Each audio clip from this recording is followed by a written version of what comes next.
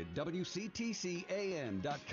Jersey moves fast. Join the show that keeps you one step ahead. Jersey Central with Bert Barron on the new Talk Radio 1450 WCTC. 8:37 on Jersey Central on the new Talk Radio 1450 WCTC, the voice of Central Jersey. Some news this morning for taxpayers who would like to contribute to a Roth IRA, but you're not permitted to do so because of your income limitation. There is something called a non-deductible IRA, which may be able to do some good for you. Joining me now on the Raritan Bay Medical Center Jersey Newsmaker hotline with some information. Let's say hello to Richard Hoffman CPA, who's joining us today with some information. Richard, good morning. It's Bert Barron. How you doing? Hi, Bert. Welcome to the show. Good to talk to you. Now, is this a dilemma for people who want to contribute to a Roth IRA but aren't allowed to for some reason? There's a way that you can actually help them out with this? Yes, well, currently under present law, one of the ways of funding a Roth IRA is to fund what's called a non-deductible IRA. And basically you're taking your investment and putting it into an IRA. You're not getting a deduction for it. And up to 100% of those monies could be then converted into a Roth IRA, thus bypassing the income limitation. Now, this is kind of, is this something, is the IRS hip to all this that's going on, Richard, or are they cool with this non-deductible IRA?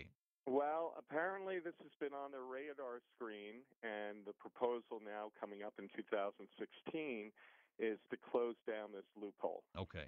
So this is something that people, if they want to do this, need to act in a relatively quick manner, right?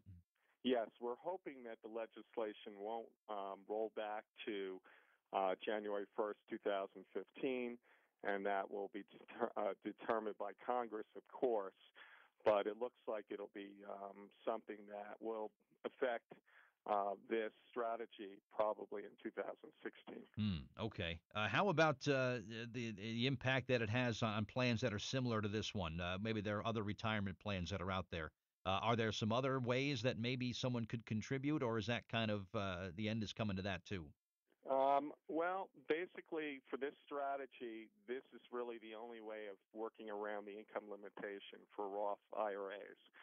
So at this point, if someone is considering making a contribution to an IRA, if they're not permitted to do it because of income limitations, they can't fund a Roth IRA. They can still look at this strategy at least through the end of the year, or perhaps just go ahead and fund a non-deductible IRA that will still grow tax-free until that money is pulled out at retirement age or when it's distributed. Now, when it comes to opening an IRA, is that something that people do through their employer, Richard, or do you have to go to a professional CPA like yourself? How do people even get started with an IRA?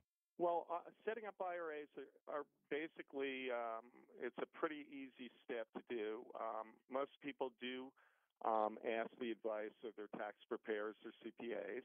They can go to a bank. They can use the services of some of the mutual funds out there. Vanguard and Fidelity are very popular vehicles for setting it up. The paperwork is not difficult, and the funding usually has to be done by April 15th of the following year to get the deduction or to fund the account.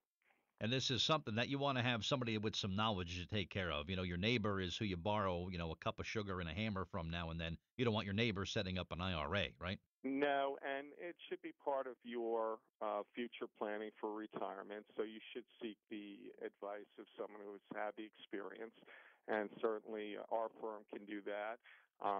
And CPAs in general are the ones that sit down with their clients before the funding deadline and discuss the strategies and the advantages. Gotcha. Our guest is Richard Hoffman, CPA. He's a member of Levine Jacobs and Company, who are based right here in New Jersey, and we're talking about some of the benefits of non-deductible IRAs and how you can be able to contribute with this because of some income limitation.